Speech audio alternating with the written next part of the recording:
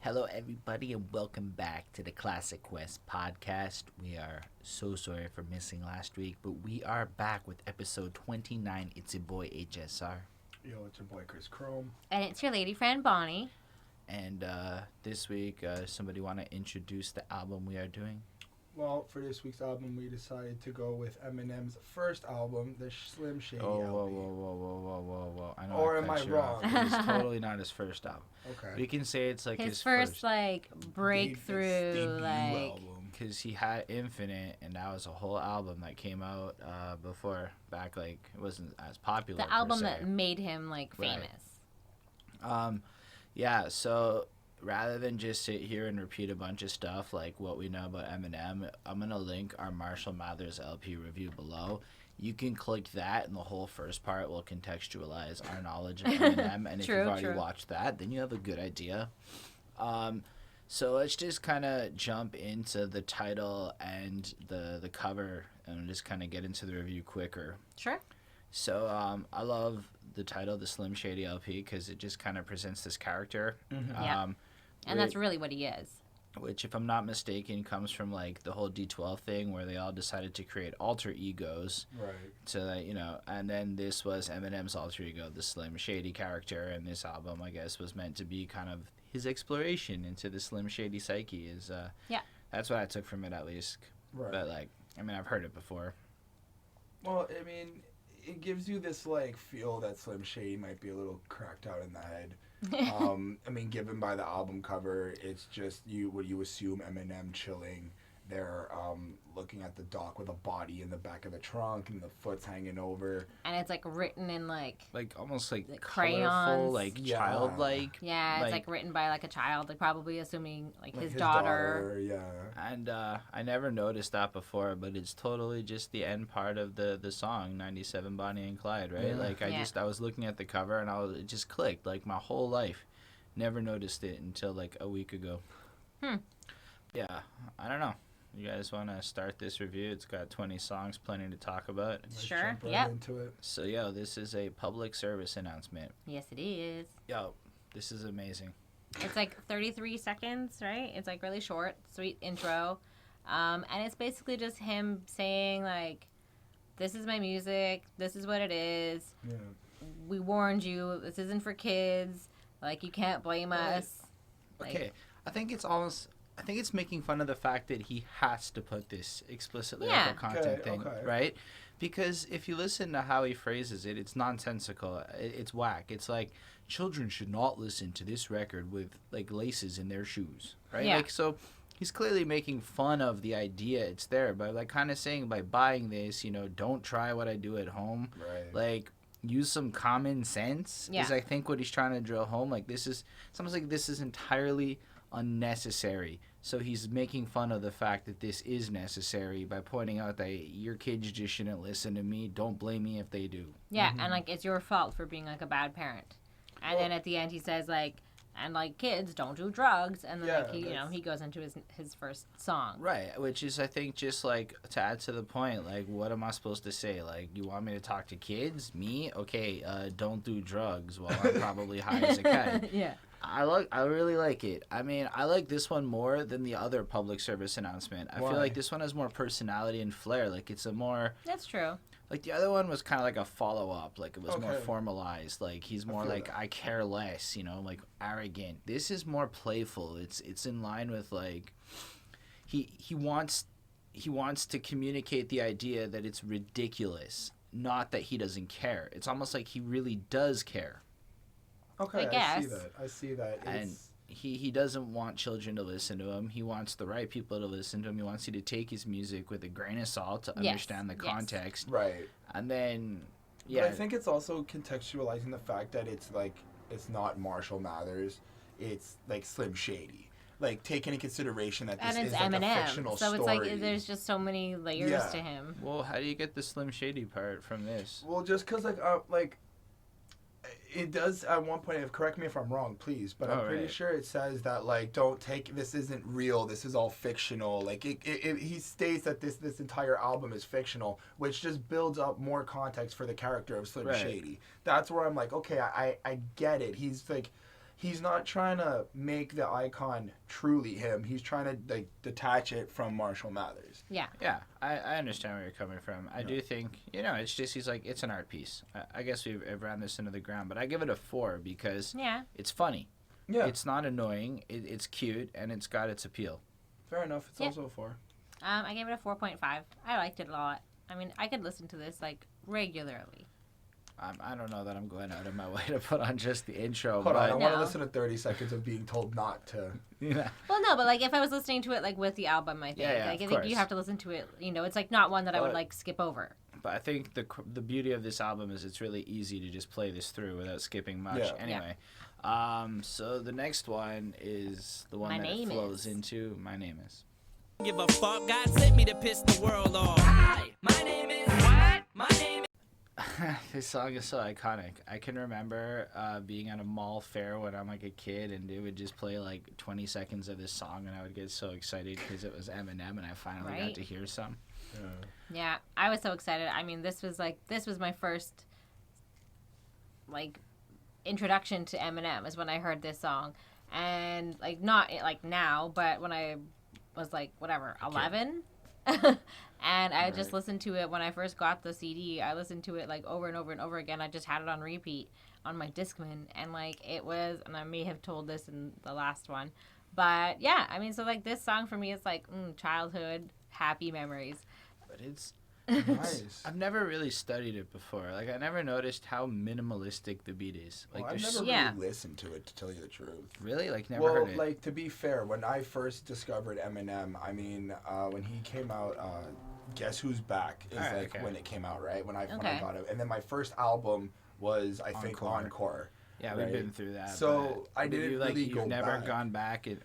I was young. So I never really. That's true. He's just a youngin'. Even still, like I was saying, the beat is so minimalistic, right? There's so little to it. It's just like boom. But it's good. It's got like that beat and the scratch, and like it's good. And I think it's crazy, right? Because this is a powerful song, and if you consider what's a powerful song today, it's often like crazy elaborate instrumentals, and it really just forces like the showcase is Eminem. Yeah. And he comes in, and it's just, "Hi, my name is," and you're just like, "Hi," like it's like an introduction. I mean, how often do you get to start an album with a literal like, "Hi, my name's Shady," and then you get like the chicka Slim Shady, which obviously it's like you just feel like something's off. It's such a fun like song to listen to, though.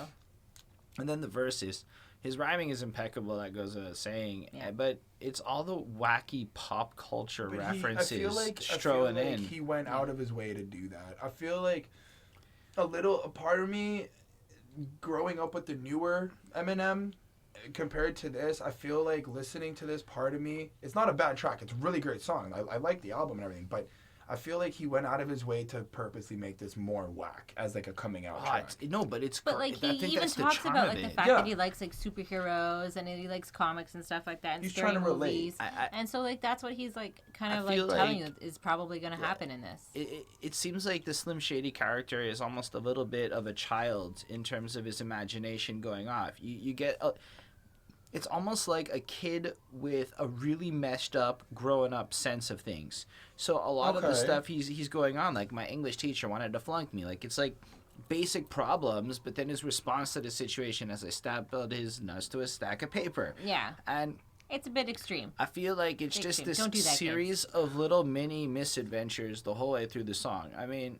And like obviously like right away you're getting to know that like he's an exaggerator, like like what he's saying like isn't necessarily truth. There's truth behind it maybe, but like he definitely exaggerates. Yeah, like he's that's and like he has a great Dr. imagination. Dre calling him a basshead in the first verse. Like he's going on about the Spice Girls, how he wants them, and one of the wacky things about this song is he's like, one day I'm going to make a record about doing drugs and about his mom and name it after, whatever. I butchered the line.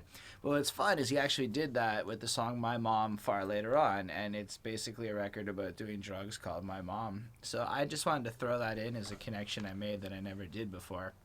Fair enough. Okay. I feel like this is the best pop appeal, right? Because it's got that like catchiness that like your mom and stuff was gonna want to sing Yeah, along like to this it. was It's like a a little- number it's a one, little annoying, or I'm maybe not a number gonna lie. 2. I don't. I only got annoyed by the chorus, just the repetitiveness. Oh, I love this chorus. Like I get it, and I know I might sound a little contradicting to the given some of the answers I've given on some of these shows. See, but it's not just the repetition. This is such a classic, epic song. I think you're How going to can you- appreciate this. What makes this song truly great, I believe, taps into the same thing as to what makes the Migos' Bad and Bougie Oh, boy. truly great. And it's the ad-libs, right? And that's the one thing Okay. we haven't mentioned yet. Okay. Like, everybody goes on about the skirts and all that with the Migos, but think about it. It's not the, my name is, it's all like the little ad-libs after Yeah, the lines. okay, The chicka okay. chicka is the hi kids, hi, do you like violence? Mm-hmm. And it's these little like lines.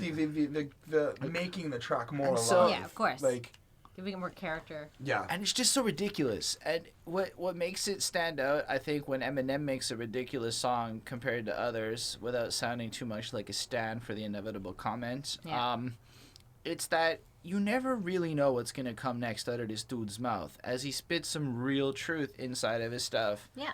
And there's some little criticisms against the government in here. And like right away you get to know that he doesn't have like the best relationship with his parents and probably didn't grow up very well. Man. Yeah. And Like you get like a right away like a vision into his world.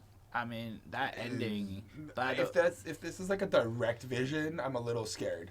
But I'm like, not gonna lie. but Like it's there's like, some really you know, fucked like you up get shit. to know him like right away, like right off the the very first song. Yeah. Like you're Yeah. kind of And like you're getting like to know a But I crazy feel like version you're of getting him. to know Slim Shady. It's Yeah. like Slim Shady is all of the psychotic stuff Eminem ever wanted embodied inside of this character, and he's allowed to finally let loose. So he just, and what's crazy is how, like I said, the mix of juvenile versus either way. I'm just trying to repeat myself. I even like the outro, the way it just kind of kills off with just the simple part of the beat with no elaboration playing into the. It's perfect. Yeah. This song to me is a clear 5. Like, it stands the test of time. It's still iconic. It's got excellent wordplay. Everything rhymes in an animated way. Each line has a personality. Every line has Yep. a personality. Yep. And I don't feel like many people do that. Even later on, Eminem can't pull that off. Like, if you take that, like, one off of Recovery or whatever, that just is like a new Without Me. I can't remember the name. Like, if you walk into Yeah. like, that song has none of the personality of My Name Is. Anyway, Fair enough. 5 on 5. Yeah, Fair enough. 5 on 5, 100%. Like this is just like such an epic classic song, and And a great video. it's so good. Like everything about it is great. Like even if it's like not like the nicest lyrics, it's still fun to listen to. It's catchy. Like you can't not sing along to it. Fair enough. I actually gave it a 4 on 5. Nothing to like. It's weird. Nothing to really discredit the song. The song's amazing, and I do like Eminem. I like how he does his stuff. I just don't see myself really going back to this song. To tell you the What? truth. Yeah. That's To crazy. tell you the truth, Tom. like I'd go listen to Guilty Conscience. I'd go listen to like Man, but Don't this Give is, a Fuck and all that stuff. But like even Brain Damage, I don't see myself really coming back to My Name Is. I don't know. Oh, It's so okay. weird to hear anybody even say those words. Yeah. I guess it's just. I feel like I'm you know everybody what loves it this is. song. You know what it is. I can only get introduced to him so many times, and I feel But- like listening to this, it's like okay, I get But it. Your nothing- name is like But I'm I not. don't think that's it. Like, there's no other one of these types of songs that has the same kind of raw, silly storytelling. Right, Everything else right. is really over the top dramatized. Because otherwise, there would be Without Me. And it kind of like there is one of these. It's the real Slim Shady, you know. But this is like the very beginning, where like every other song's referencing. It's like the source material. I don't know. I feel this one has a certain magic to it where I can kind of see how it's like you can kind of find it a bit annoying, but that's almost the point. Yeah. He is meant to be that annoying guy. Listen he gets to under your skin, and listen that's to why everybody everything hates he's him saying and in loves the him song. at the same No, time. Because I'm not. to quote I him, get he you. doesn't give a fuck. God send him to piss the world off. And And that's then- totally fine. Hold on. Then there's the video where Oh, it's boy. just consistently popping through different pop culture things. Now, I don't like a lot of music videos, like I've said, but this one, it's just so many things happening. It's very little static shots. It's almost like every scene is deliberately placed. Every little nuanced thing happens, and so every 3-4 seconds, you're seeing something else that's new and interesting, and Yeah. often directly quoting pop culture. I mean, Marilyn Manson and Bill Clinton in the same video, crazy talk. All I'm saying, true interesting and fun to watch. He's stuff. a smart guy. So yeah, I guess guilty conscience. That's what Chris has for his bad grade. Yeah, no kidding. Drop the biscuit. Don't even listen to Slim, yo. He's bad for you. You know what? This song is a truly amazing unique song. piece of art. I don't like it that much, but I respect it so much. Why don't you like it that much? I don't know. Okay, so the interruptions of the sketches of the skits. Hold up. First of all, this is where we're first. Well, no, not the first. Like, I guess we've already met like Dre, but like this is like where Dre's like really involved, and like they're partners in this song. I just wanted to like start off by saying we can get to that. We will, because it's part of the brilliance of the song. I know. I'm just wanted to say. I hate the interruptions to the skits. I like just the Meet Brady 27. Well, see, I understand their role, But it's and it definitely wouldn't be this song without them, right? Right. But when I'm actually listening to it, I feel like you get into the vibe, and then it pulls you out, and then you get into the vibe, and so it's more like an experience. That's the point It's of to it. separate though. the stories, It's nothing bad and it about achieves like, that 100%. So I agree that it's like everything that I'm saying that bothers me about it is the point, and I respect it for Right. it. I appreciate it. I want to quote Sid here because he articulated this really, really well. He was like, because it takes the play on the angel and the devil of Of course, like yeah. each thing. But there is a twist. But what makes it interesting is that rather than just being the personification of the individual, as is the stereotype, it's that Eminem and Dre play themselves. And Yeah. I like how what I really found cool about it is not only is it that they're playing the angel and devil and they're playing themselves, but they actually encounter their own beef. And it's Yeah, like Yeah, like they, because like, bitch at each other. kind of the what happens between the Right. angel and the devil. But right. okay, like when he brings up the slapping D Barnes or whatever, and Yeah. the third verse is my favorite part of it. Like Tampa, Mr. Tampa, NWA. and it's really But really you know what? truly It's divine.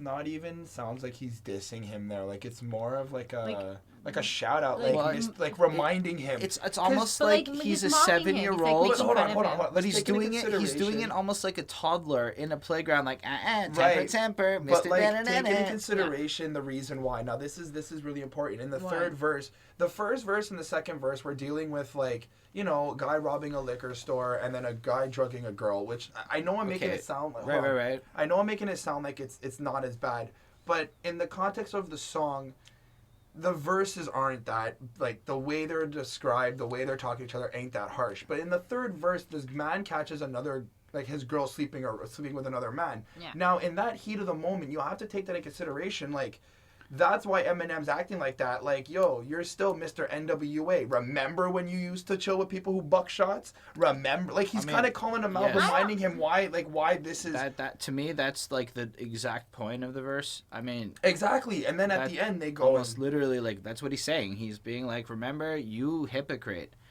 But Okay. So if your point is that the third verse is the only one that's tangible to them, I don't know. Maybe Dre used to rob people. I don't want to say it's as much tangible. Either way, it's just I trying think to it's depict more. that, like, See, because the way I see it is the first verse, they're just like kind of showing up, right? Yeah. And then he ends it with, you know what, Dre? I He's don't like your but attitude. I like it. He's like, he just shows up and he's like, who are you?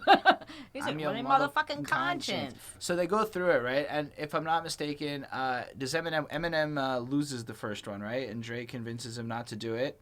I guess. think. no, they never. I don't know that's if the thing. I don't They really never. know it. It never really. There's no real actual convincing. It's just you get Dre's side, you get Eminem's side, and No, then because you can hear it in the ad libs, I believe, and it kind of alludes to the fact that he gets back in. I might be wrong, but I feel like he gets into the car and he doesn't actually go in. And I say that because in the second verse, it's very clear that he goes through with the action. well, no, In the second verse, he's like, "Yeah, hit that raw, whatever." And then you can hear him start. but that's not the in thing. the video, is it, but like is in it the actual. him winning, or is it just them ending the so, verse? So the way I always saw it was, and that's the point, is in the end of the first verse, the angel Dre wins the little debate, and in the second verse, Eminem the devil wins the debate, and then in the third verse, Eminem both is are so kinda like, fuck evil he corrupts the angel, Yeah. making him also be like, you know what, screw it. right, but Yeah. I still He's feel like, where's your gun? And I think that was part of it, because as it goes on, it's like in the beginning, Dre does get confrontational, and then he's like, you know what? Don't get in my face like that. And then the second one, he wins, right? So he doesn't really get in his face. But when Dre tries to get in his face again, like, you don't have to do it. Then he goes, like, hard and makes Dre, like, taps into his, like, past and makes it personal. Yeah. And a funny anecdote is apparently... Well, Dre also does go, like, you know, don't do the same mistake I did. Right. Yeah, that's like, true. He Like, goes even deeper. But that's He's it. So aware of that's it. when Eminem drills in and goes straight for, like, what will trigger him. Right, the NWA. Like, by calling him a hypocrite. Right. Yeah. And then a fun anecdote By, like, is... poking fun at him and, like, just kind of, like, teasing him about it. But But, that's like, hitting something him, they've like, always where it done. hurts. Like, they've Well, always... But you say always, but you can't This was the apply the beginning. always here. All the alwayses don't This was apply. the beginning. Fair. This is it. Fair, this fair. is like where they start. This is the first, I believe, Eminem and Dr. Dre collaboration the world was given. So anything else was because of this song. In the same way that all the other ones were because of My Name Is, right? I just want to say that something I saw online is Eminem was terrified because he had written this before he met Dre, and this was one of the first songs he recorded. So he just went in and spit the line, the whole D Barnes line, without having any idea how it was going to go over. And Dre just fell off his chair laughing, and of course it worked out. But Eminem was actually just terrified walking in because, you know, what are you going to do? Of course. Because it really was such a... You know, and it's poking shots. Dre. It's like, you know, he's just like this little Eminem coming in, like, Anyway, you know, out of nowhere. it takes balls to get... Like, I feel like... For sure. Just in terms of the delivery of the song, it's an epic conversation thing. Everything rhymes, everything flows, and they really do bounce well off each other. Yeah. I don't like... They have such a good bromance. I love it. I've really, like, listened to it a few times, and I'm giving it a 4.5 because the skits bother me. Honestly, the second verse, I feel like it's rough. Like, I don't know, maybe it's just 2017 and social justice warriors I think it's and literally stuff. just the fact that he's, like... And basically, the guy You rapes a know, 15-year-old on the basically. track, and as much as I appreciate the brilliance and the art behind the song and da-da-da-da-da, and it's all fictional, it's like, I don't really want to listen to that verse. I'm okay with the first and the Okay. third ones, but that verse, it's short, and That's true. And I don't know. I mean, can't get okay, past it. No, I have to disagree. I wouldn't... You can't disagree with how I feel about the song.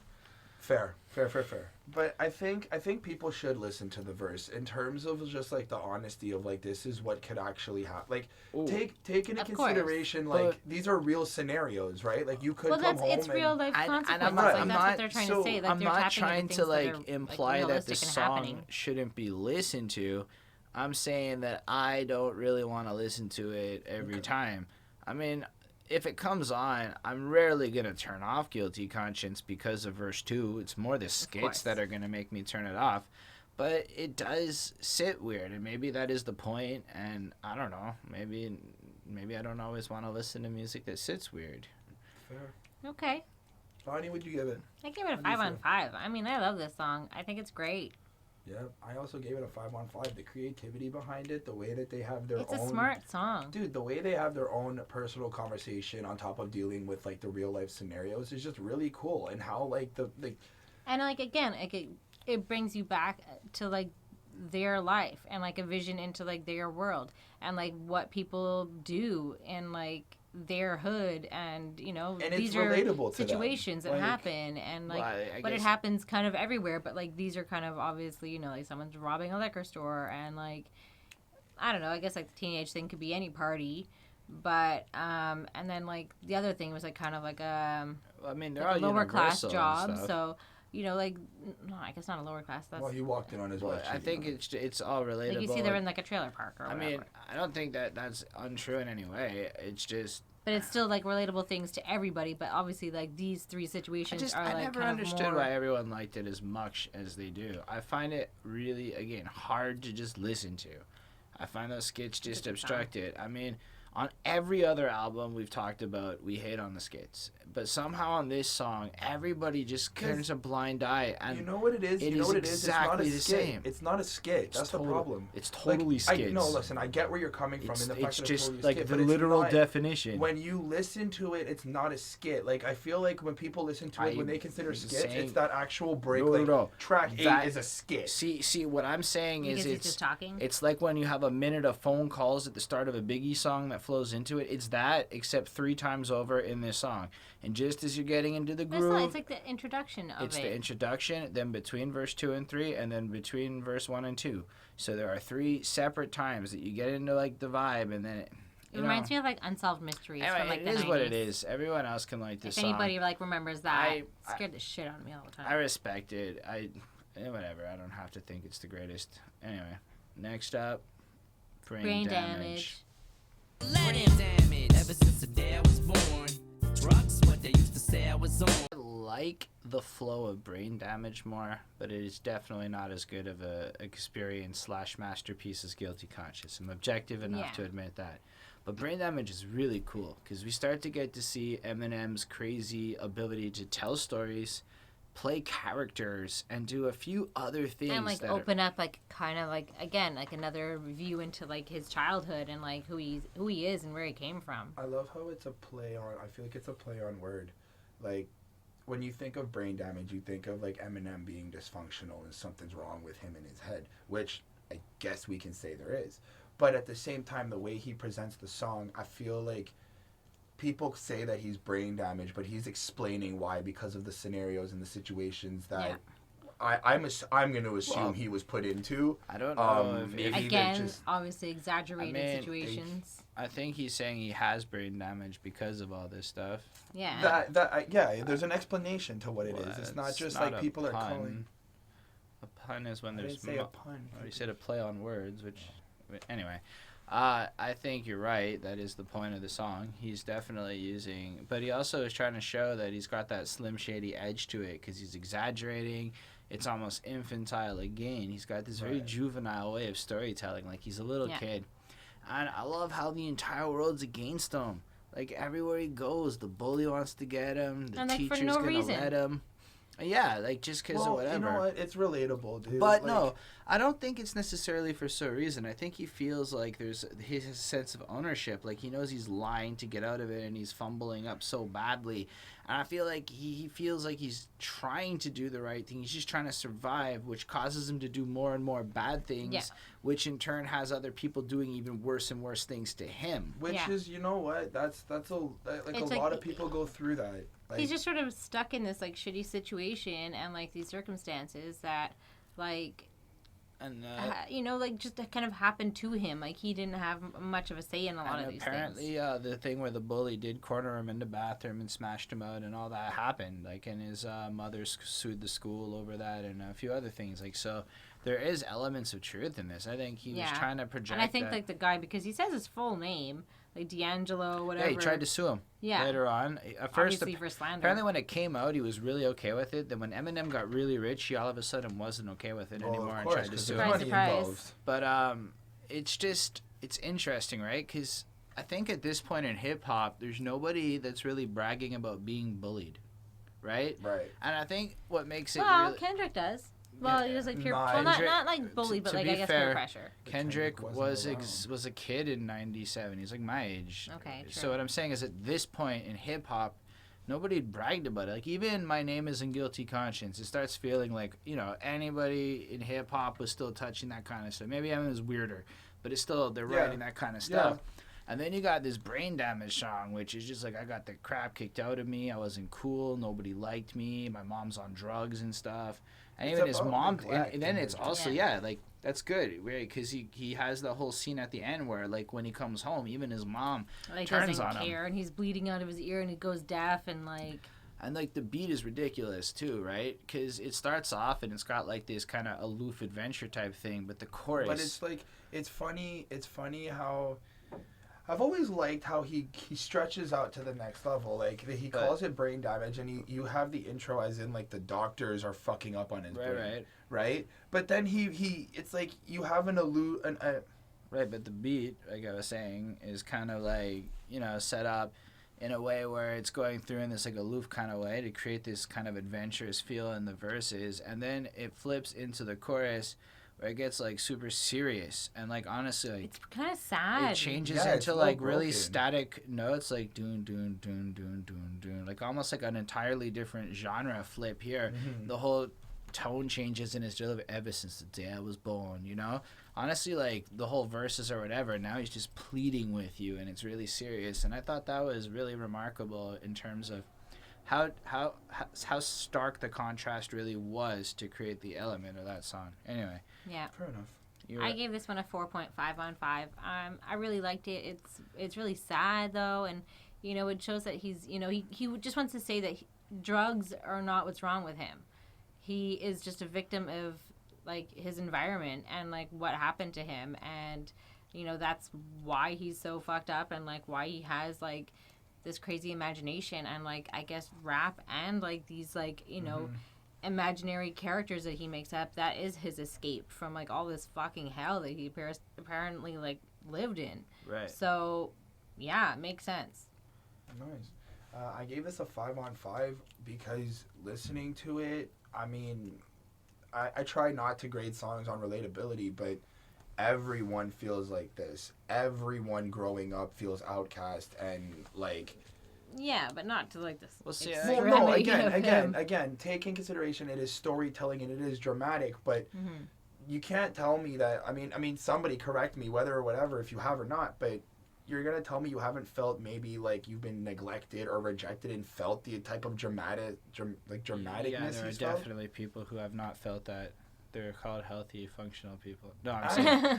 I mean, look... Everybody's been bullied. If Everyone you learned has anything had from moments Mean where they Girls. feel like the world is turned on them. I think Yeah. that's a fair way to put it. But I give it a 4. Because, like you were trying to say with My Name Is, I find this is a song where, like... How do you go back and listen to this all the time? It's a really crazy adventure. His rhyming is really skilled, storytelling, etc., etc. But this was the first time I had heard this, and I found this, But like, it- quite shocking. But it's like it's very disjointed as a song. It does kind of feel a little weaker. Like you can tell this was almost recorded maybe even before you met Dre. I don't know. I'm just speculating. But the quality difference almost feels a little less than the other two for the production side of things. And I'm not trying to hate on it. I just feel like you listen to it and it is this wacky adventure, but then you learn the adventure. And then the novelty of the song starts to wear off a little bit. And maybe that's my problem with some of the shock value of Eminem. It's that over time, it's not necessarily as good. Like, you know the bully's going to come in, and you know it. And then you listen to it for a while, and it's good. And then you kind of, I feel like you want to go to the more deeper stuff that he has as his catalog goes on over time. So I'm going to stay with my 4. I don't think this is That's one fair. of the best parts of his catalog. It's a really cool song. Fair enough. All right. On to Paul. Yeah, I Paul. guess so. Fun fact, Paul Rosenburg is now the CEO of Def Jam. That just got announced very recently. So Oh, cool. he's done quite well for himself from being Eminem's lawyer back in the day, trying Faithful attorney at law. to defend the shenanigans on this album from the wild, wild people. We'll actually get to see one of those people later on the album.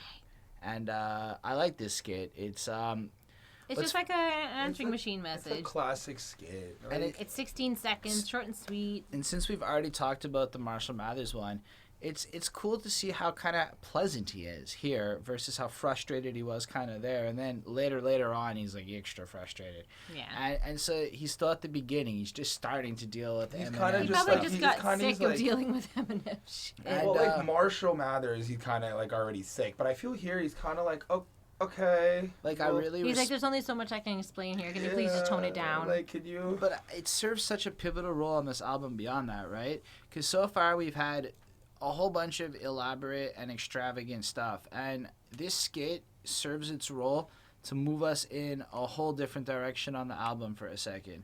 And if you consider what comes next, right, Yeah. it is exactly that. Could you tone it down? And so he tones it down on the next song almost entirely. He goes away from all the crazy stuff and goes into relatability. And I Okay. really appreciated that because brain damage is like, how is he supposed to explain that? It's Like true. your mom is knocking your brains out and stuff. Like that's crazy. Hold on. I'm thinking about it now, and it's cool how it is because if you think about it again as Slim Shady LP, Slim Shady, this fictional character that he's making up, the first song he's introduced, the second song I just thought of this, so come at me if you have to, but But Guilty Conscience is probably Eminem and Dr. Dre talking to individual characters, but the Right. individual character is technically Slim Shady making decisions. It's kind And then we have Brain Damage, which is Slim Shady explaining why he's so fucked in the head. And then you got Paul, who's kind of like, look, like, can you just tone it down? And I feel like it's Paul looking at Eminem like, or Slim Shady going like, you need to relax with the honesty, or you need to relax with I like don't know if all it's, like I the don't think crazy the honesty, but just like the crazy stories. Yes. I think it's like, yeah, I think it's kind of if you look at the first skit, I think the skits kind of tie into breaking the fourth wall a bit. It's going into the real life, and it's saying this is the reaction of how people in the real world are spinning to the Eminem and Slim Shady characters per se. I don't know that it's quite like, don't be so honest. It's more Well, I don't mean honest, Eminem more like, being self-aware of saying, I know what you guys are saying about me. I know how you are perceiving me. I am actually acknowledging it. And I think it's an effective way to communicate with everybody. Yeah, it's short and Right. sweet and gets the point across. And I bet that is possibly an actual voicemail that got left at the time, and they well, thought it was apparently brilliant. the skit We'll was get- like co-written by Paul. Right. And Paul's a good sport, obviously. Yeah. I don't know. I liked it. I give it a 4. I think it serves its role on the album really, really well. Yeah, I thought it did exactly that. It explains kind of like people's thoughts and criticisms that are like happening like at the moment of like the release, or like the like the rough draft of like the album. And so yeah, it does what it does. It's 4 on 5 for me. nice. I gave it a 3 on 5. Same thing I gave it on the other album as well. I'm not. Anyway. So He now, tells him to calm down. so then we'll go into If I Had. I'm starting off at 550 an hour, then it's boss when that's why I'm smarting off. Because here we have honesty, complete honesty. Yeah. And he starts off and he breaks the fourth wall of the Slim Shady thing, and he goes in. This is the first Eminem being Marshall Mathers song. I get like he's kind of sitting at like a bar, kind of like venting type vibe. Well, from I this. feel like I don't know. It starts off with a poem, like almost spoken word, like Life by Marshall Mathers, and he tells this whole Yeah. story. And then we get a sense of his frustration of the real world that he's actually currently in. So it's no longer. I do like your idea of the context of how the songs flow together. I just don't agree with how you see Paul. But now we're here where Eminem is kind of sitting in a room on his own, and he's looking around, and he knows he's good, but he's tired of so many things, and he's frustrated because he's working so hard. And I really enjoy the fact that almost every line in this song starts with, I'm tired of this happening, I'm tired of that. And it's like he just sat there in a room and he just wrote out every frustration he possibly could have in Yeah. the world. Like, I'm tired of not having a phone. I'm tired of not having a home Not to being put able the to, phone like, in if I could Gas afford to up have his a phone. fucking good. And To I'm put tired shoes of on his the- baby, like. and then he also, like, so he has all the real life stuff, and then he has all the hip hop stuff, like that radio station where hip hop lives, because he never plays their stuff, and he just, it's so honest. It's so, and then the beat is so solemn. It's just simple and dark and Yeah. piano-y, and And like he's talking about like working minimum wage jobs, and like people had backstabbed him, and just like the shit that he's going through, and it's sad, and it's sort of like his version of like Bare Naked Ladies, like If I Had $1 Million, Yeah. and it's But- but like a sadder version. and then like you can just see is like how little he cares, and if he got the money, he would do all this crazy stuff, and he knows that it wouldn't be enough, right? Because he still have other problems. Yeah. He'd still have all this stuff going on, and $1 million doesn't do anything anymore. I do love the line that they'll suck my dick without a condom on while I'm on the John. Because Yeah. ain't nobody talking about Blumpkins in hip-hop music. So props to you, Eminem, for bringing that up. I mean, it's just Forgot about such... that. But it's such blatant disregard. It's like he doesn't care. Because back then, I imagine the whole safe sex thing was a little more like that would have been a risky thing. Yeah. Yeah. And there's such pain and desperation in his voice. Like he's just... But he's also like, it's not just like what's affecting him; it's like affecting those around him, because he's like saying that tired of people like resorting to guns and like that kind of stuff, and like he's not really resorting to guns as far as I know. Yeah, he's trying to like do the right thing He actually, like, he seems to really be Yeah. trying. Like he's Like he's tired of getting trying to hired and stay fired positive on in the this same song, day. but how can Yeah. he when he's just looking at like the life around him? It's a really just honest poem.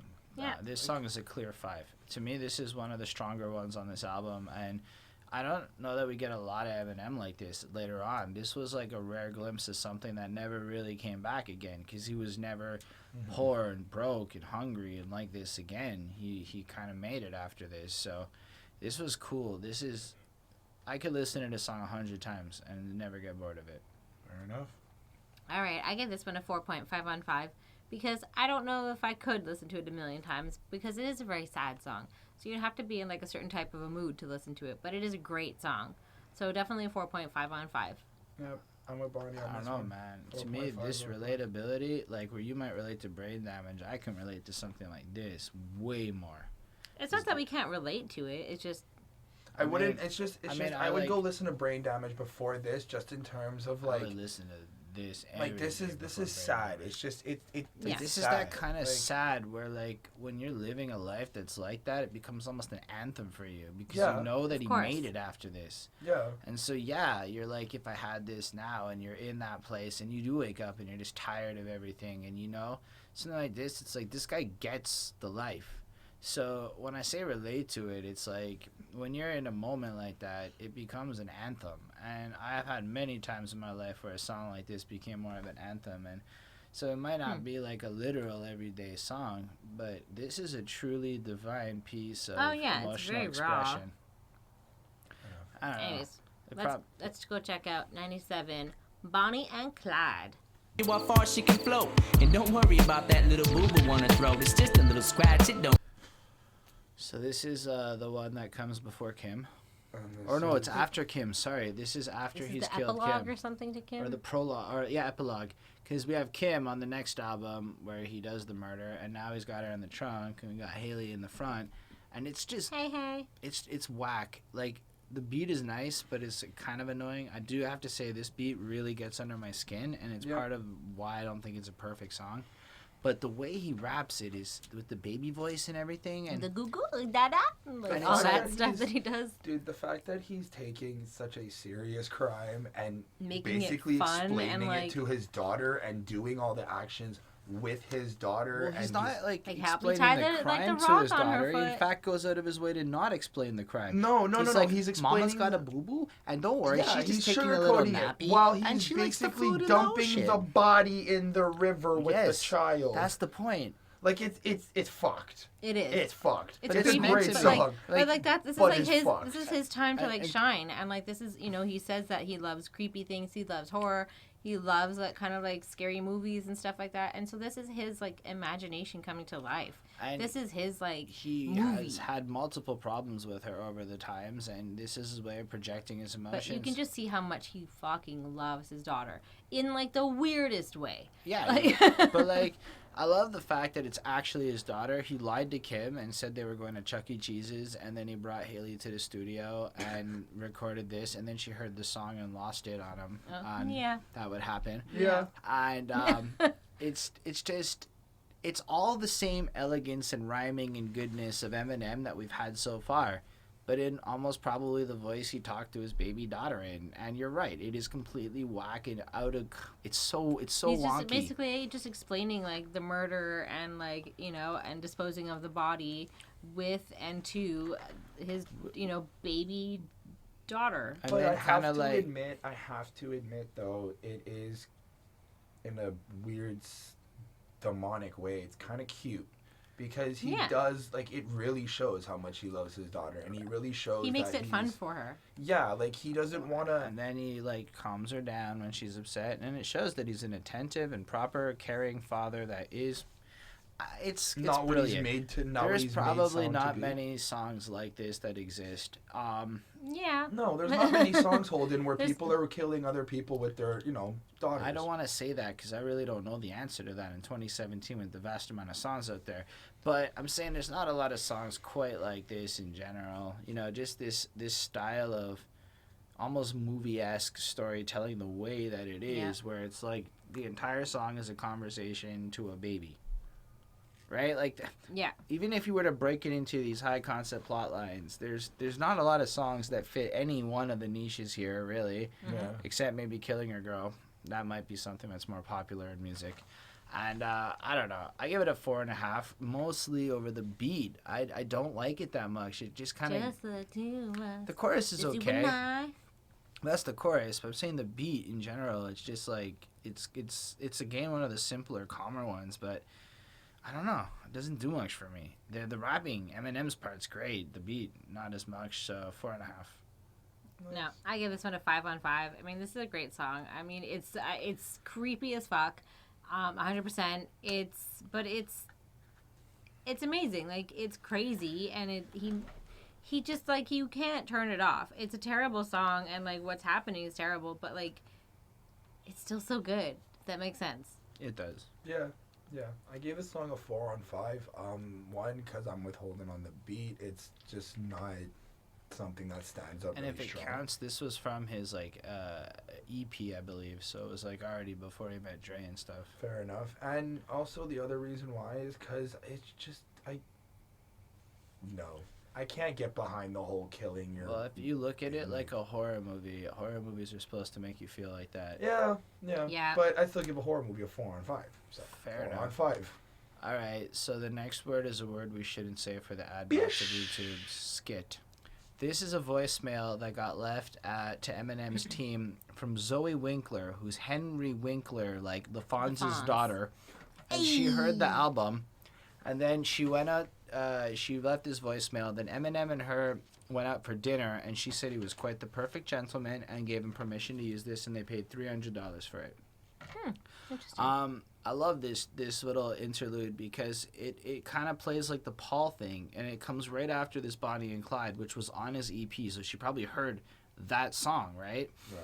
And then this And was it is a pretty crazy song to hear, right? So and makes then sense. she's like freaking out. I'm like, whatever, this is terrible. And if you consider the song that comes right after this and Eminem's use of these skits as segue pieces, it is excellently placed in the album. I think it's truly hilarious. Yeah, And it really is. It's very funny. It made I me gave laugh it like I the gave first it a time I heard 4. I mean, it's not the best skit ever. There is one skit he did that we'll get to on the Eminem show that it's perfect. But this is very great. It's not boring, and I wouldn't skip this. It makes me giggle just because you Google her after, and you're like, it's Henry Winkler's daughter on Eminem's album. It's just, everything about that makes me smile. It's definitely like, yeah, she's just a bitch. Like I heard it and I was just like, oh my God. And it made me think of like, you know, I've met girls throughout my life that are similar to like, you know, and would maybe have her kind of an attitude and opinion and like reaction just to be like, oh my God, it is so disgusting. And She just recently... anyways. Okay, So yeah. So let's go on to the next track, Role Model. Through the mist. How the fuck can I be white? I don't even exist. I get a clean shave, babe. This is a great... This is Great amazing. beat. This is amazing song. I like how he just calls everyone out. Like, again, people look up to Eminem. People want to kind of be like him. He does kind of inspire a certain group of people or whatever. I don't think that's what he's going for. No, I know that's not what he's going for. No, I but mean- it's what he does, and he's kind of just going out and he's trying to tell everybody like, See- you really don't want to be like me. See, I think Yeah. it's more like people in the media and parents at the time were kind of behaving along the lines of Eminem is a role model to the community and he behaves in a certain way. Yeah, I and guess, yes. This is more of a response to that than I But think. this was like the very first one, right? You know, so Well, he he- hadn't really had that reaction well, yet. he but had- I think that he knew already it was had coming. some kind of a local buzz, right? And this was there'd already been like a 6 or 7 year war on hip hop with the government and such. Right. That's and true. he is already coming at it with the shocking kind of stuff. So But he's also saying that he's dismissing like the role of the role model, well, and but he doesn't want and to he be does that, it and he's just in like saying a very ironic way where he's like, don't you want to be me? Here's all the awful stuff that I'm gonna do. I've slept Yeah. with 10 women with HIV, and like I- it's just like, you know, you're like, okay, maybe you don't want to be like him. But But that's I the gotta point. say that when we want to talk about bars and rapping, this is where like he almost goes in a more classic sense of hip hop here, and he comes in with these excellent deliveries. And every line is kind of funny and ridiculous, and Yep. it ties in. And I can't think of anything specific to point to. Well, but he's being ridiculous and like over the top, like with all of his actions. But like he's also saying like isn't this one where he's he like, doesn't really want to like play the role of the role model. Is like what I was saying before. Is that he just wants to be free and just fuck around. is this the one where he's like, and if I said that I don't do drugs, that means I'd lie and get fucked more than the president does? Because that's Maybe. one of my favorite lines on this album, for real. Because it's just stuff like that he keeps coming in with, these little quirky points. Because it's not... I think it's attacking also the idea of a role model and how parents rely on role models and pop raise their icons to kids? raise their kids. So it shouldn't really be an issue that Eminem is a bad role model, because it's your job as a parent to be like, he is not somebody you should listen to. And in the same way, and how are you going to come and criticize me when our president's getting a blowjob in the Oval Office? And that also kind of angle is coming in. Yeah. He attacks it from every little angle while dissecting the ridiculous nature again that he could even be considered a role model for the type of behavior and shenanigans he's up to. This song is brilliant to me. This is one of the better tracks on this album. It got a video too. The video is amazing. I'd never seen Pulls it. a little Houdini. Literally, I watched it today for the first time. I've never seen it in all this time. And it was great. It's the best video off this album, hands down. Whew. I'm getting Okay. excited just like... It's Oh, boy, insane. calm down. I like how he's just he's blunt in ways that it's just abstract.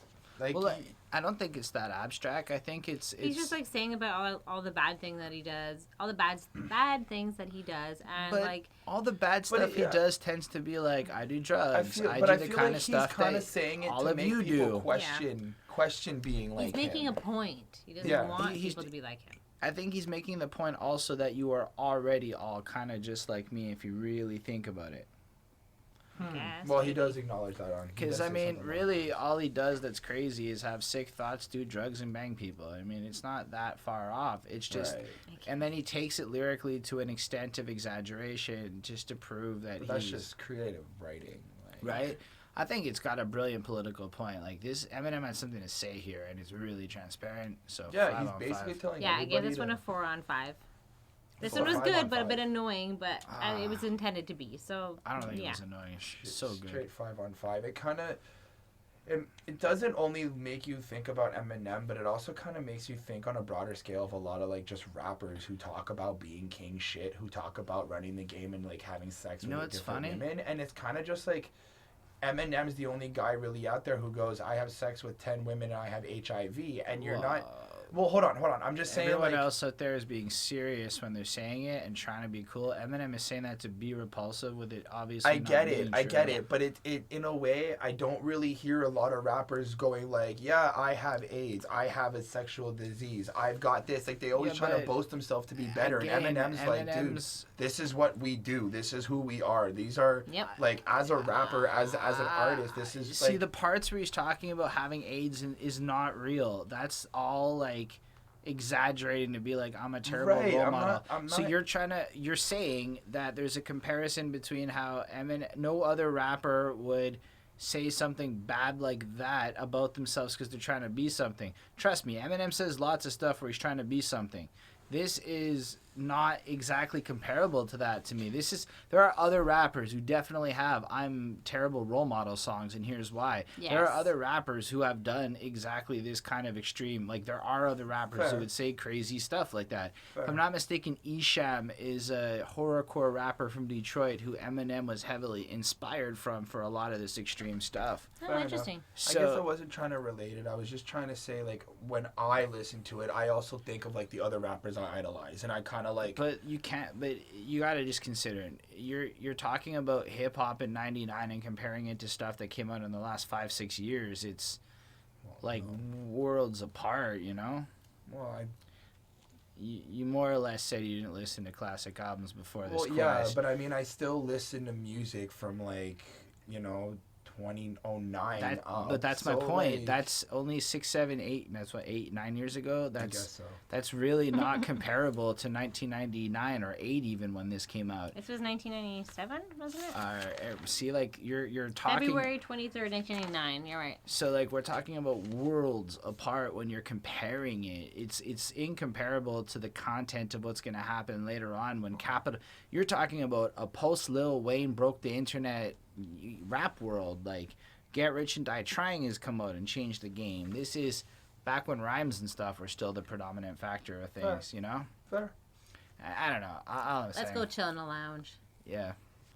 So this is a nice loungy skit from the Bass Brothers taking the chorus of the following song and singing it out in fun elevator music. Yeah, it's like they're just like singing it, but like they're all, you could just kind of like imagine them maybe like all sitting at a table or like, you know, sitting like, you know, at a booth or something, like a round booth like you see in movies and stuff, and like everybody just like breaking into this song for some weird and wonderful reason. So I love it. It's pretty interesting. I give it a 4. You like it? Is it because you like the next song, or No, you like I think it this? serves as a segue. I think that you have some like serious stuff that just got brought in, and Eminem wants you to now go into silly mode, right? Okay. And so he's taking you from super serious with Role Model to silly. And he does this by making a ridiculous lounge But is cover. he even in this one? I don't think so. No, right? it's Jeff Bass who's singing, and it's the Bass Brothers who produce it. And there were like guys who were in the area. They actually did a lot of the beat work with Eminem, from what I can tell. So either way, Eminem's just kind of, I guess he wrote the chorus. I don't even know who came up with it. I if think you want one to of listen to like a jazzy version of It Eminem, is go check good. this out. It's good. You should just It check is. it out. But it only really works in the context of the album, of course. But Yeah. still, 4 on 5. Yep. 4 on 3.5. That's all right. You know that it's my fault. It is.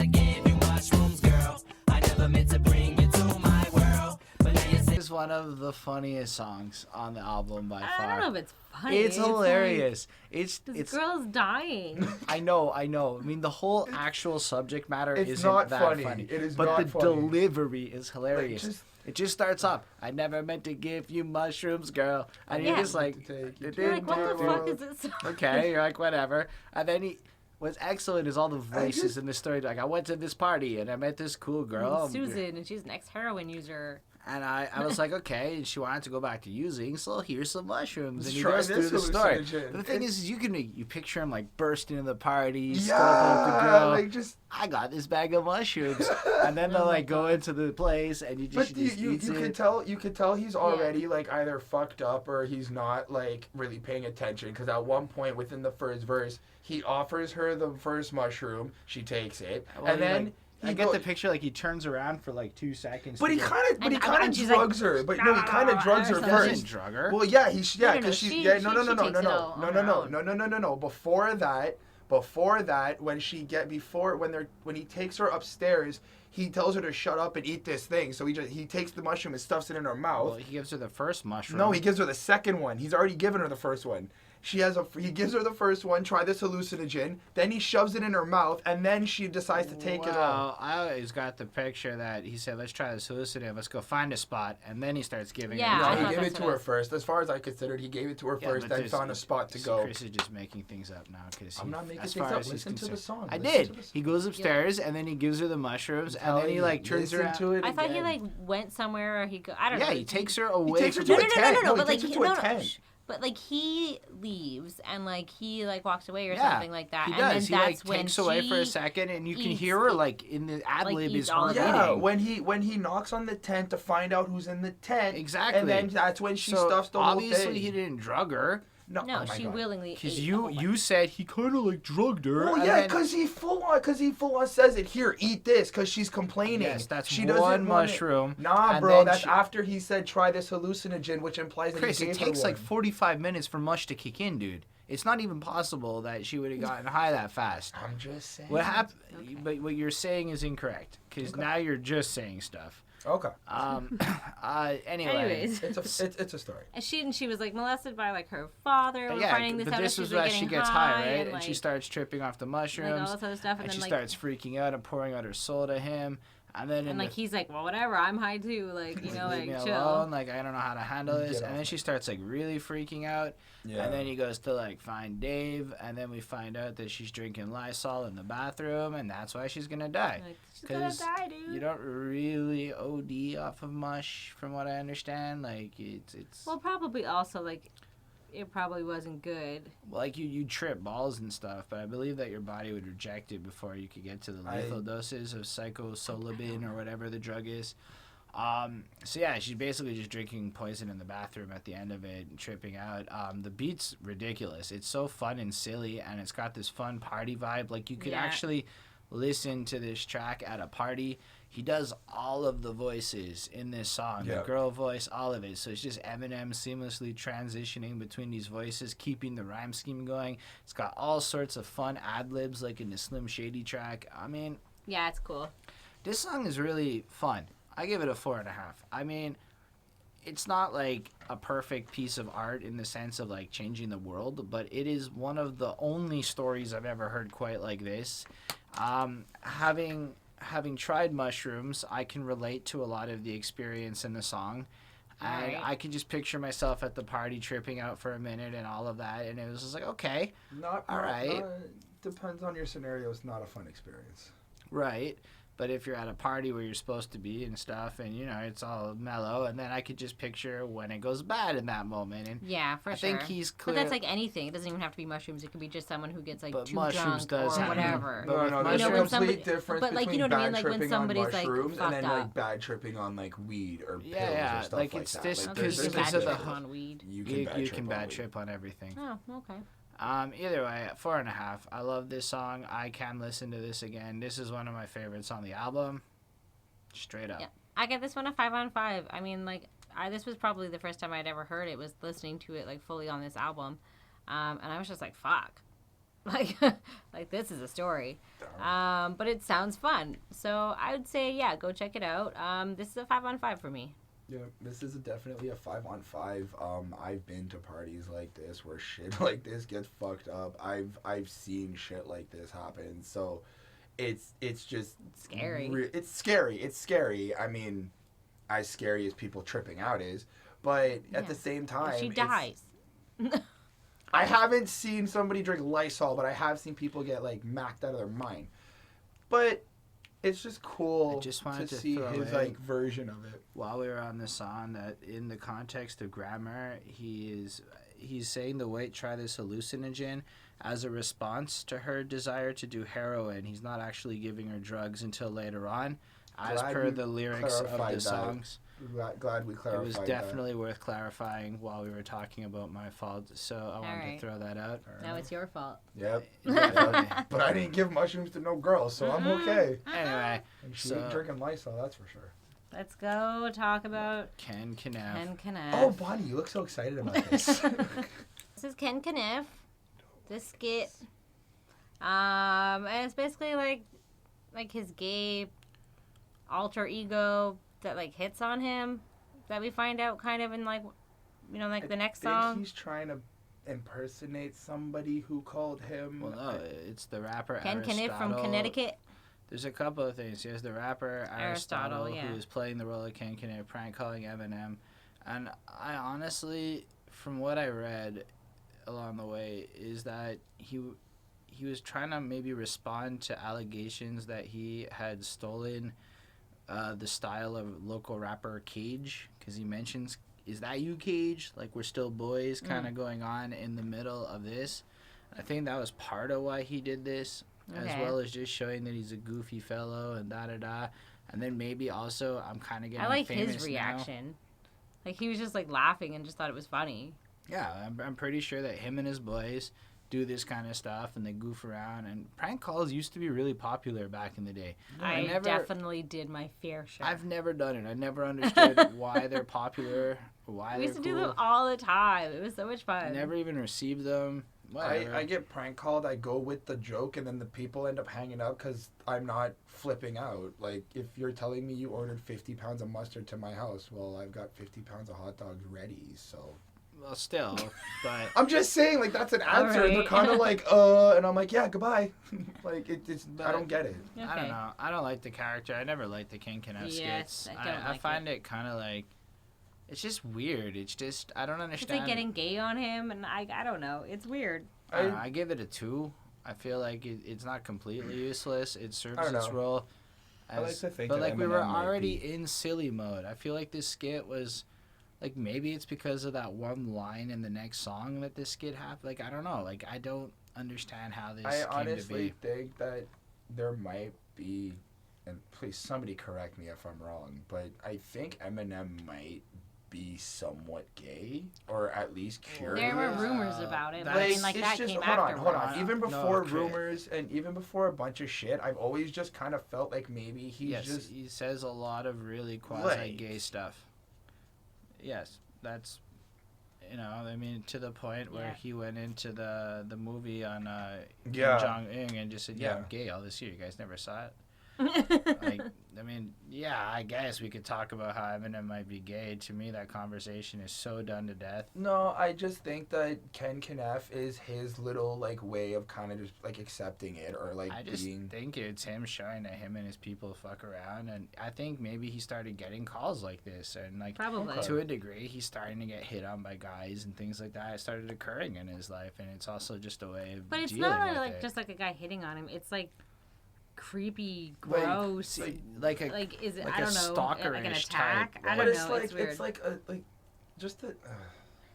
It's just Anyway. weird to hear just the grotesque absurdity that he's saying. But that's almost That's the point Eminem. of every song on this album. Of course, he was gonna make more gross, absurd Yeah. stuff, right? Yeah. But this is just the beginning, and like I think that's what I'm like. I keep having to like remind like everybody, you know, like this was like the first one, right? Like this And was. it wasn't like there was a lot of like everyone was having weird women's sex skits happening on it. Here Eminem's like, I'm gonna throw them all a Some curveball. gay guy is gonna be like, I'm And gonna it's melt not in like your Eminem's hands. enjoying it. He's just like laughing, like kind of freaking out a little bit too. As much as he's laughing, you can hear him being like, "This Like, what better the be fuck? a joke." Yeah, Anyway, I still, whatever. It's a 2.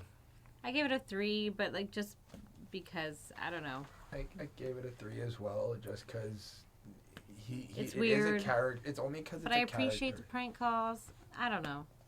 Anyway, so the next one is "Come On, Everybody." The end, cause I don't give a fuck, like my middle finger was stuck, and I was waving it at everybody, screaming I suck. So I guess this is the first collaboration between Eminem and Dina Rae. She just keeps coming back. She's the chick on Superman and a few other ones. And this is like his party song. Yep. Like the beat is party-like. It's kind of like Drug Ballad. I always felt like Drug Ballad and Come On Everybody were like almost the same song. Okay. And he just kind of goes on, like, you just picture him having weird, high, wacky misadventures, like, almost like with the same element of Slim Shady, the real Slim Shady, but more about debauchery and ridiculous in that sense. But also kind of like living free and letting loose and just kind of having fun at some point. Like it's still over dramatic and exaggerated. I mean, but he's clearly, like, into the drugs and sex world that he's Yeah. part of, and this is almost like an anthem and celebration of the wild life that he's involved in. And it's spelled C-U-M. Yeah, it's definitely. Come on, everybody. And then she's got like the moany voices and stuff, and like in the chorus to like sell it a little further. It's just always like I tried suicide once and I tried again and things like that. It's just weird lines. Yeah. Like he's coming in and just trying to like show you that he's crazy. Like he's the most crazy life of the party that you're ever gonna have. Like he takes the party song and he goes as extreme and Slim Shady on it as he could possibly do it. From a lyrical point of view, I don't think it holds up as well as the other ones. It's just maybe it's almost like the shtick's a little old at this point in the album, and he didn't. I don't know. It doesn't feel as strong as later party songs he does. It's just kind of he's trying something he's not as comfortable with, and it shows on this song, and it doesn't fit as snug. The beat's good, but it also isn't like the greatest beat. And ultimately, I give it a 3.5 on 5. I think it's strong, but not that great of a song. I never come back to this. I could skip it every time. This for me was like a 3 on 5. This one wasn't that great. He sounded really young. Like, I think that maybe was part of it. Like, maybe this was just, like, you know, like, one of his first, like, big songs, I guess, you know, and, like, I don't know, it felt weak, and it felt like him bragging, and in, like, some sort of weird way, and I don't know. It wasn't my favorite at all. Probably one of my least favorite on the album.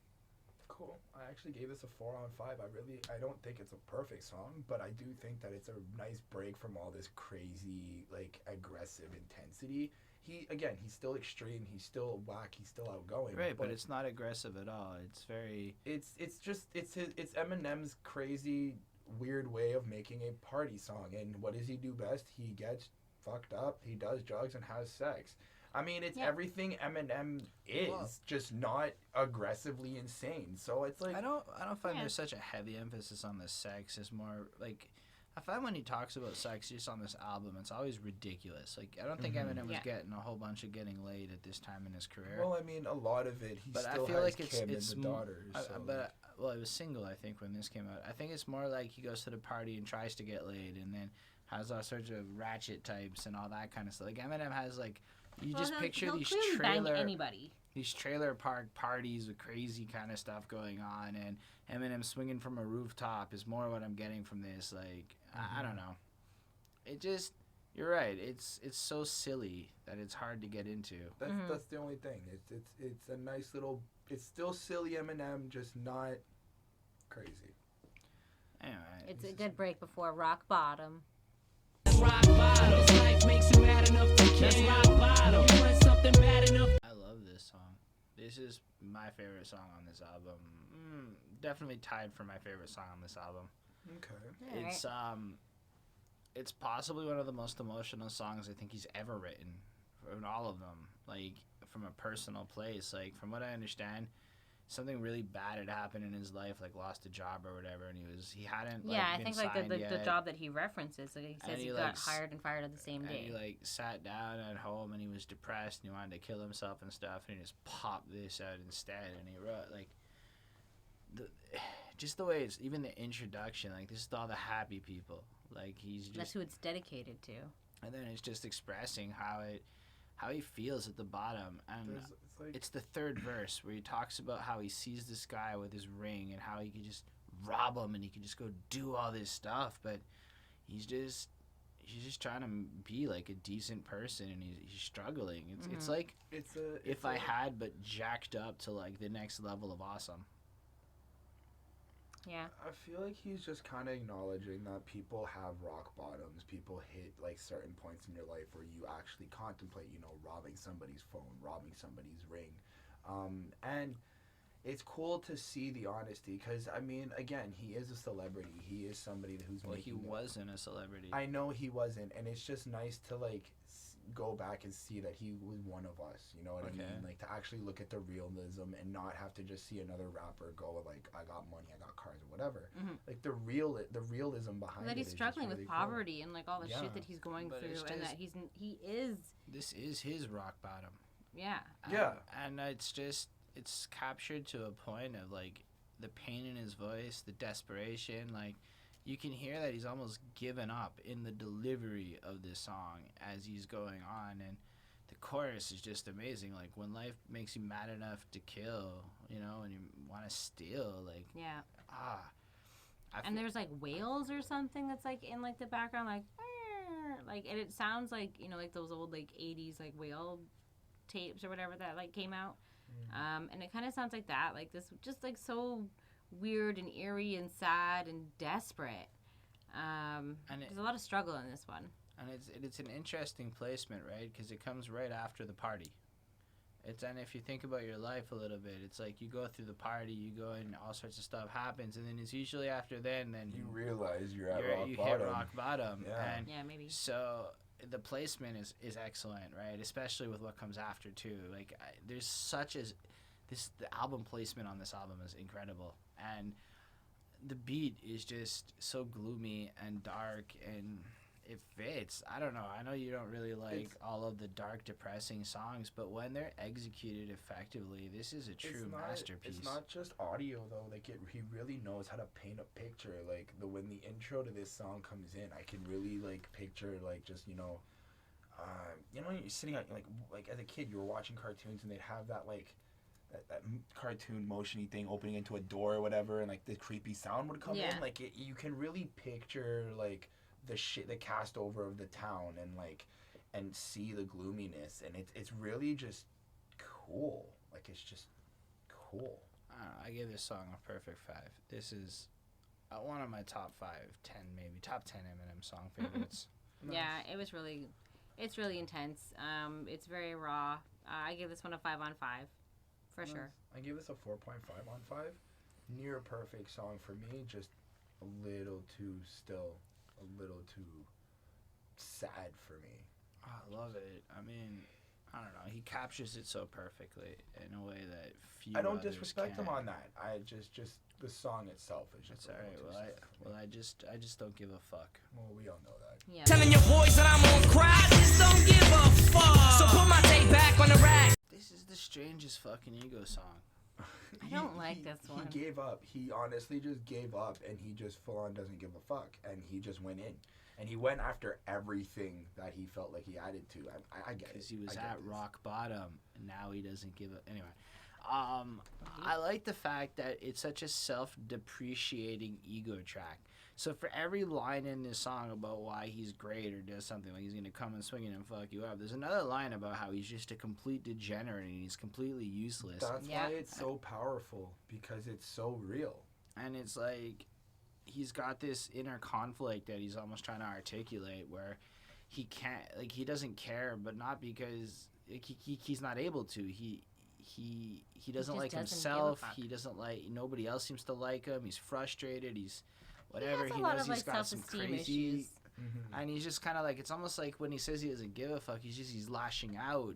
There's almost no rhyme nor reason to it. It's like, when I'm coming out with 2 Glocks screaming like Tupac's, it's like he's obviously not caring anymore, to a sense where he's willing to go do anything crazy to get out of the situation he's in. He's been pushed past the limit.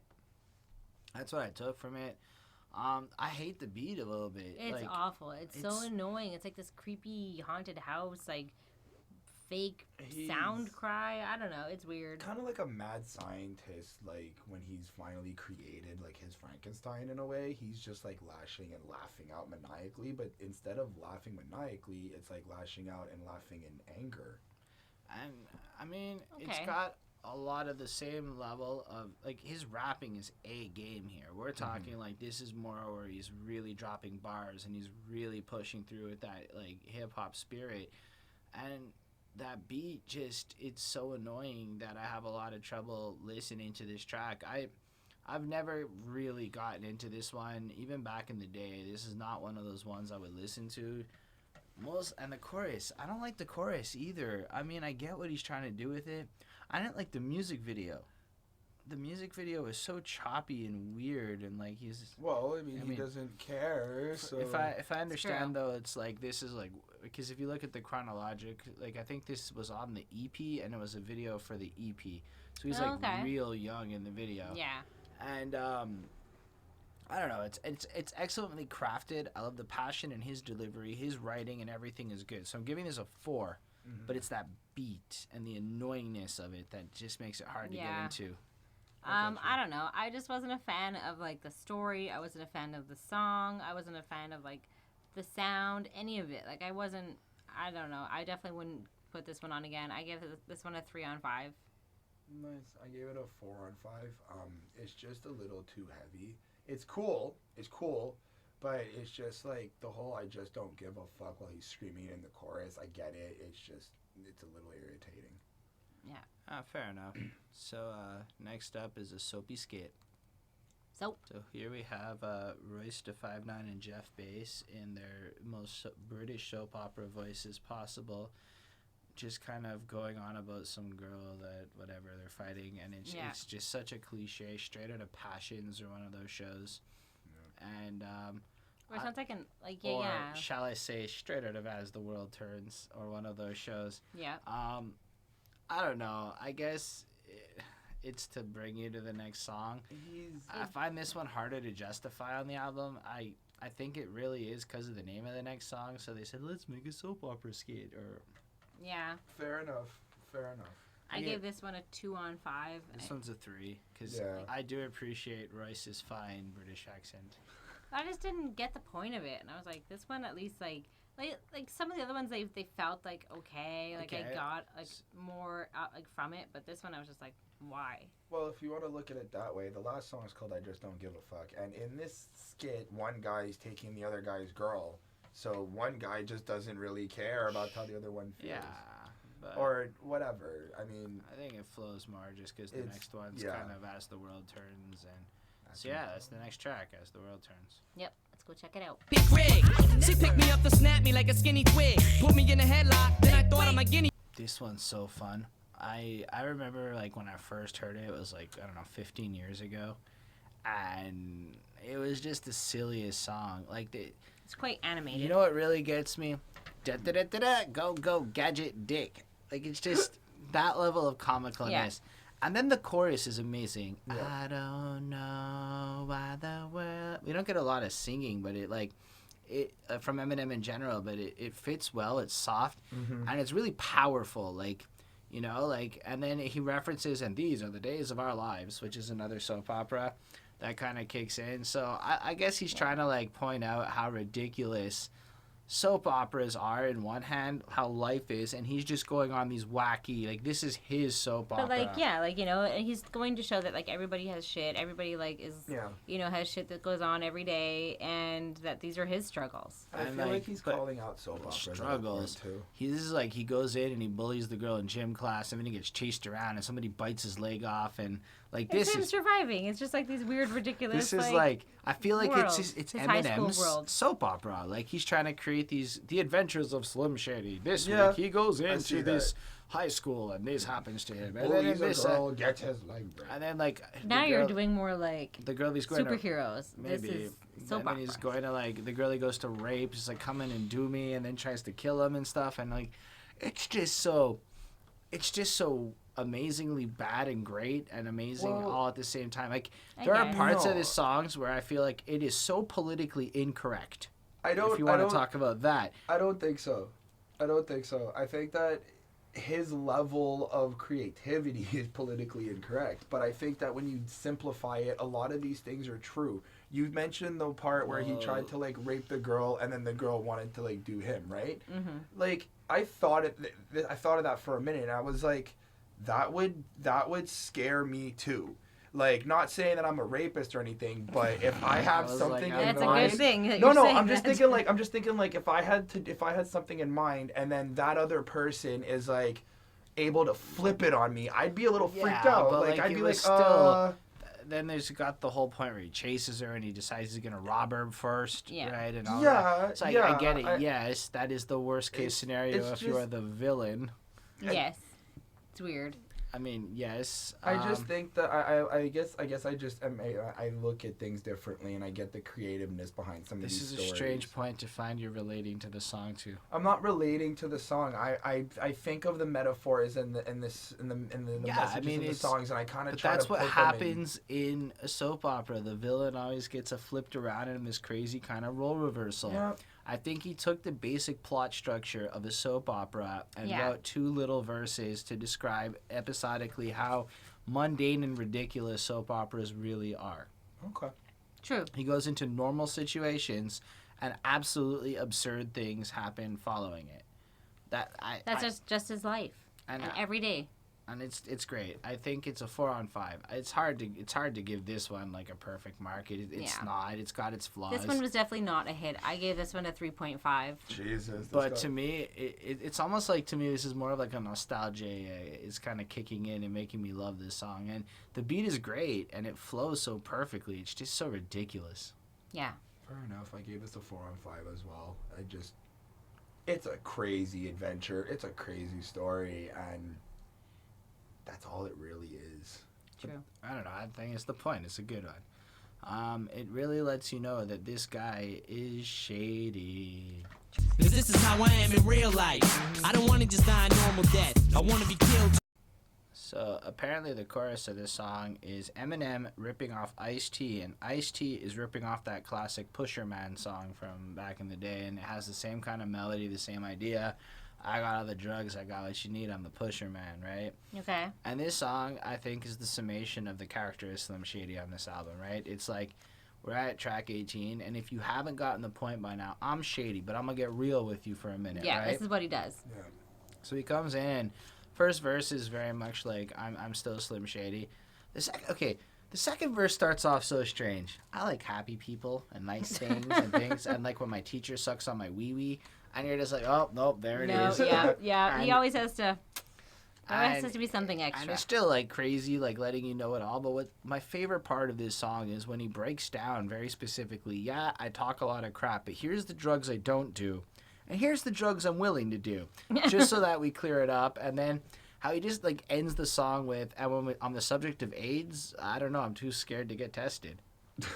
And like, I really That's messed enjoy up. how he takes the whole end of this song. I think it's the last 8 bars, and really just clarifies on the entire He's album. like, Kim's not dead. Like, relax, everybody. And it's like that he had to do that is funny. Mm-hmm. And I wonder like how many people caught that, right? You hear all this crazy stuff. How many people actually went through this album, got to I'm Shady, and were like, oh, Eminem's telling you it's all a joke, you know, relax yourselves, and took him like, I don't know. Well, it's hard. It's always been hard This for me is to his believe. grain of salt or whatever that meme is, like, where he's like, Oh, this thing. Yeah, sure. Yeah, I love the chorus. I love the feel of this song. I think it's a really strong song. Like, it could have been a single. It could have been something that like went over, and I guess to me this has been slept on. Like, I don't know how I never liked this when I was earlier. It really captures me. His rhyming It's is a great beat. It's really fun. but he also has multiple flows. He almost showcases a lot more talent on this song than other ones. that he hasn't shown. I feel like a lot of the songs on this album, different songs show different diversity. This one has a lot of But like more diversity within the same song Yeah, than other songs yeah. have. Exactly. Although I still didn't feel like this track was as strong as the other ones, though. Just in terms of overall, yeah. To me, It's this not, is a 4.5. I gave it a 4. I gave it It's a 4. 4.5. I didn't think it It's was so so close to perfect. I just I also gave it a 4. I don't know. I mean, it was I- a decent song, but I didn't think it was like, See, the like, best. it's But it was just still good. I respect the fact of how many different tones he brought with the verses. Take As the World Turns. Verse 1 and 2 is the same tone. Take like Rock Bottom. As much as I love the song, verse 1, 2, 3 is the same tone. Here it's like every verse is a new tone, and I can really admire and respect the complexity put in. Anyway, 4.5. I said that already. fair enough. All right. So we all said that. Yeah. Are we finally talking about the birth of Bad Meets Evil? Yes, we're Yes. finally talking. It's like when the Black Knight mounted the white horse and stay over word. It's like the Nazis and the nation collaborate. So this is what happens when bad meets evil, and we hit the trees and Now we look know. like Vietnamese people. And anyway, this is a great song.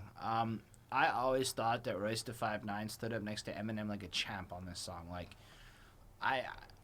It was just like this weird Western, like, cartoony thing. It was weird. well, like the intro, yeah. And here's the legend. So like you're kind of getting the Yeah. context that this whole song is the old saloony tale of two characters. 2 gunslingers. And then in comes Eminem and They're Royce da both 5'9", trouble.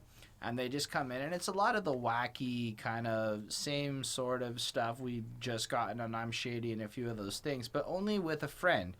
And I gotta give him, like, Royce just kills it. I don't know if Eminem wrote it for Royce, but I don't think he did. I think they came in, collaborated, and I honestly think their back and forth on this is stronger than the Em and Dre feature earlier on the album with Guilty Conscience.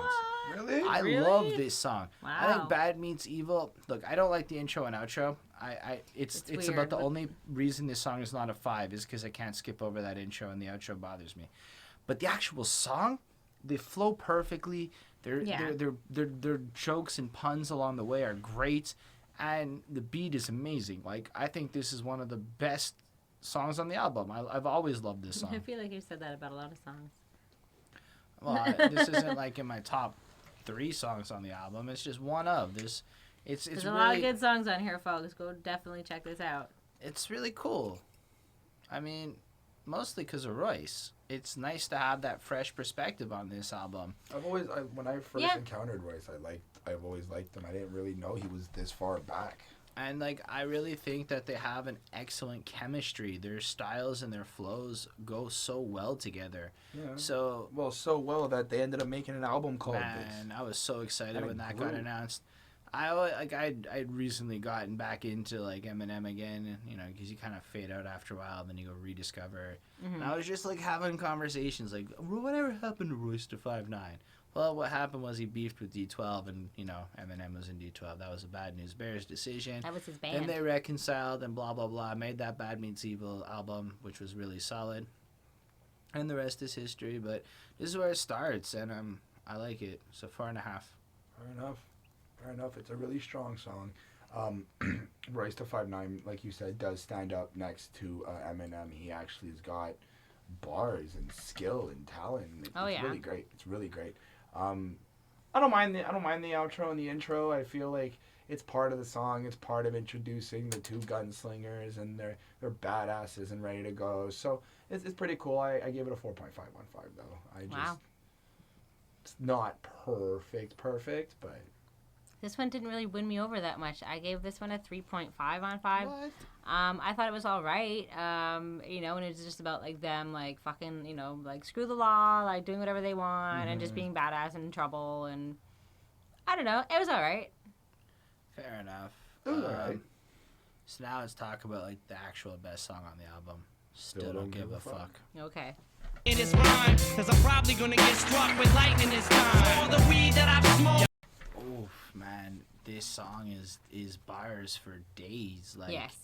like the intro comes in all solemn, where he's like, "Yo, I am actually human. Relax yourselves, people." And then he just onslaughts. Like, And becomes like monster again. but this is like the purest hip hop song. Like it isn't like it's so crazy and far fetched like a lot of the Slim Shady stuff. Yeah. This is more like I am the best rapper in the industry, and I am going to wreck you because my lyrics are next level. And it's a lot more about his skill and his ability to deliver the rhymes, and his wordplay is insane. Like he just catches like fucking needle, here's a sword, body pierced with this, right? Like, and every line is clever, and like then he's got stuff like, you know, he spent $1 million a track and went over his budget. Now how's he supposed to get her to dead? He can't rap anymore. He murdered the alphabet. And like the entire song is just full of like pure powerful bars like that, and the beat just builds up with this heavy emotional intensity, and it's the strongest beat on the album. His rhyme, the chorus, man, this is the anthem for like when you're an angry young person. This is the song for you. And I remember being like 18, 19, YouTube had just come out, and I remember being in college and everybody could spit this track. This was the one song that like everybody, at least the beginning part, I'm zoning off of one joint, shopping a demo or whatever, limo, hopping a demo at gunpoint, all of that. Like, well, you didn't exactly hang out in the rap listening crowds. That's true. But They're like, listening to country music. for the people who liked rap music, I always felt that this was their favorite. Like the real hip hop heads always seem to point to this as the strongest Eminem song. At least we're talking 2007, 8 at that point, right? And I understand where they're coming from now. Like the more now we've done all these classic albums, this fits. This is like fires with the red 100 and everything. Flame. Look, like every line in this song is dope. I could line by line justify why it's dope. It's a 5 on 5. It's probably a 6 on 5, but it's a 5 on 5. Wow. Straight up, it's a really powerful song. He really goes in and gives it all. And to the extent of why he still doesn't give a fuck, it's because he's that good, and it's because he's that legendary that he doesn't need to give a fuck. So yeah, it's different than the first one, and apparently it was Paul Rosenburg who suggested that he actually write a part 2 for the album. And to like end it. What's an interesting point that we didn't really talk about on the Marshall Mathers LP is the last track of that album, Criminal, actually starts off the same kind of way. A lot of people ask me, like the same kind of like feel to the beginning of the song is like the end. Like he wants you to end the album with this almost human approach before going psychotic on you. That's fair. But it's a cool. Is it a contrast you would say? Because it's like, Juxtaposition. I think it's more like just a tone setter. Like, yeah, I am aware of my mortality. I am aware of the fact that there are problems and consequences, but I am still this person. Yeah. And if you take Criminal, but I'm still this person. And Criminal is really just an elaborate still don't give a fuck if you think about it. yeah, but isn't Criminal also talking about how, like, he's labeled as a criminal for the shit he says and the shit he does? Like, But if you think about it, still don't give a fuck is I'm going to say all this shit because I don't give a fuck. yeah. And then Criminal maybe is more of the consequences of that. I don't know. This song is, like, if you really out there and you want the proper hip-hop experience off this album, it's this song. All right. I don't know. Like, this one was just, like, it was definitely a harder song. He's talking about, like, that he's scared of death and, like, all that kind of stuff. And obviously not giving a fuck. But maybe I don't know. Like, for me, this song, this was the first time I had heard it, like, listening to this album. So maybe I just didn't get, like, the same feeling from it. But I give this one a 3 on 5. It's one of those songs where... Maybe I'll listen to it more. And listen I'll, like... to, like, when you're listening to it, listen to the rhyming, his choice of words, just what he's actually saying in every pun. Like, it's not in the same vein of the ridiculousness of the earlier album. It's more wordplay a la Max on this album. Yeah. Fair enough. I don't know. It was strong. So I guess that's the end of this album. Another Eminem one done. Yeah, for me, this album's pretty incredible. I'd say it's a clear classic. I give it a 4.2.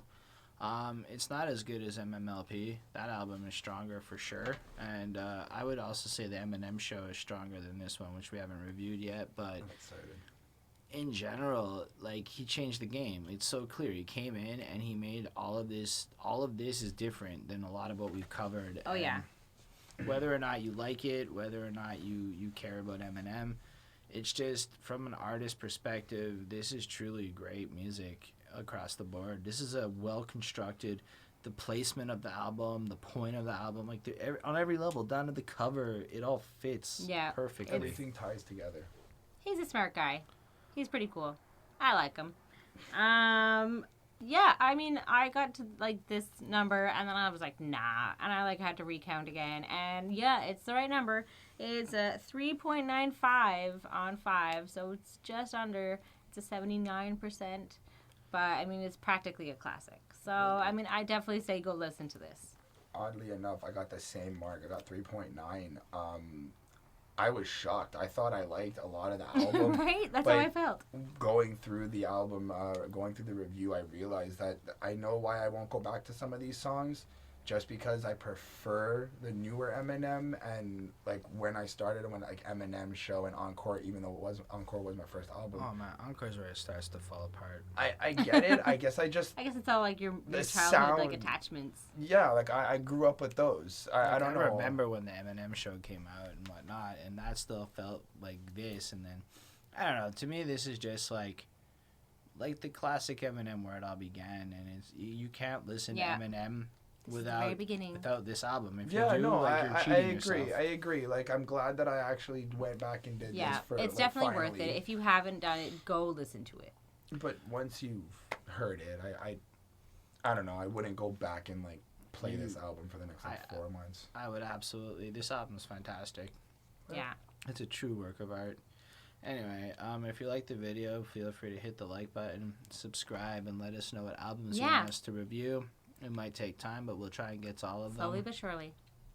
And yeah, keep in touch. Let us know what you think in the comments, etc. Yep. On that note, have yourselves a great week, everyone.